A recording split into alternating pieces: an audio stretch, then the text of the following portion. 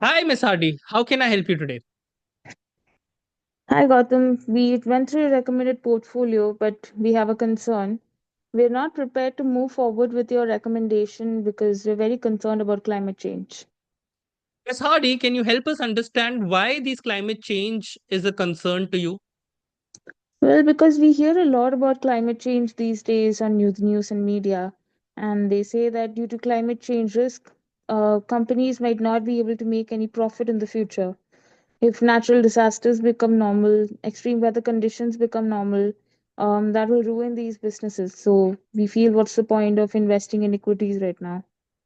That makes sense, Miss Hardy, but are you sure of the fact that, these climate change will one day eventually lead to the ruin of businesses in the future? We're not sure, but we are worried about it.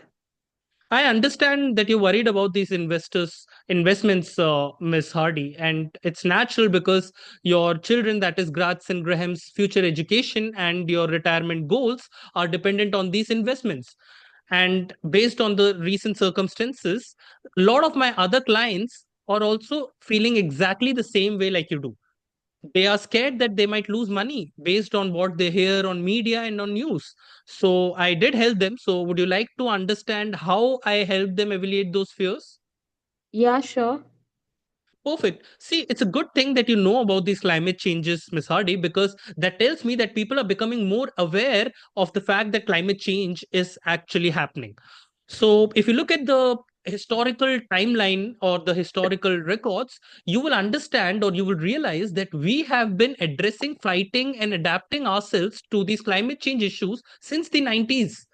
For example, you can take the UNFCCC, which is the United Nations Framework Convention on Climate Change, that was established in 1991 for the purpose of fighting greenhouse gas emissions and that were made. And this was a first step towards adapting ourselves to climate change. And for to give you another example, let's talk about the Kyoto Protocol, which was established in 1992. It was the first time in history that we took a step towards reducing carbon emissions and to fight the climate change. And to give you a final example, let's talk about the Intergovernmental Panel on Climate Change that released its fifth report, which stated the underlined urgency for the need to take action against these climate changes. This was in 2014. So, what does all these information tell us? These information, in a way, tells us that there are different companies, there are different institutions in various industries that have thrived throughout these timelines, being subjected to these climate changes. They have adapted themselves to these climate changes. Would you agree with me on that, Miss Hardy? I mean, yeah, if you look at it that way. Yeah. So also in today's time, investors are increasingly keen to address the financial aspect of climate change. Institutions and companies want to show regulators, their own investors, and the public that they are able to manage the climate change risks and opportunities same way like they're able to manage any other investment variables. So, this creates a demand for the need to address climate changes issues. Don't you agree with me on that as well? Yeah, that makes sense. I agree.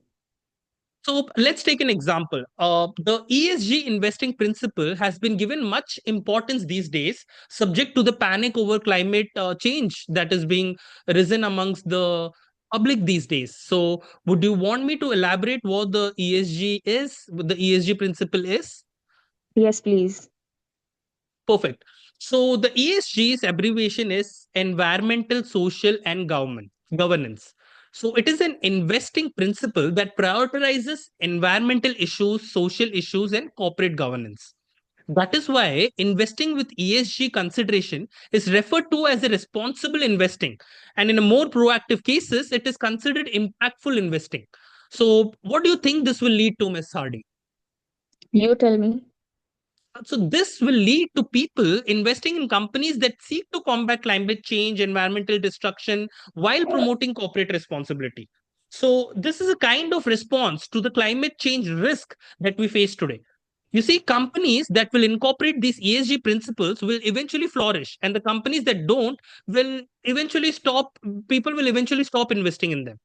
So we, like always, will adopt to the changes that are being made in the climate. And that is being stated in our history, like I stated to you before. So, this brings us to the question that are we investing on the right equities or not? So, does that make any sense to you, Miss Hardy? Okay, I agree with your point that we have always adapted to the changing ways and that has resulted in growth eventually. But how will you make sure that we invest in the right equities? That is a good question, Miss Hardy. So, by making sure that we will allocate your investments to particularly those equities of companies that incorporate ESG principles and promote positive social impact and corporate responsibility without sacrificing long term financial goals, will be the kind of companies or will be the kind of equities of companies that we will be investing in. So, this will help us keep you on track to achieving your goals. So, how does that sound? Does that sound good? Do you agree with me on the points, Miss Yeah, Hardy? okay. Yeah, I do. That sounds good.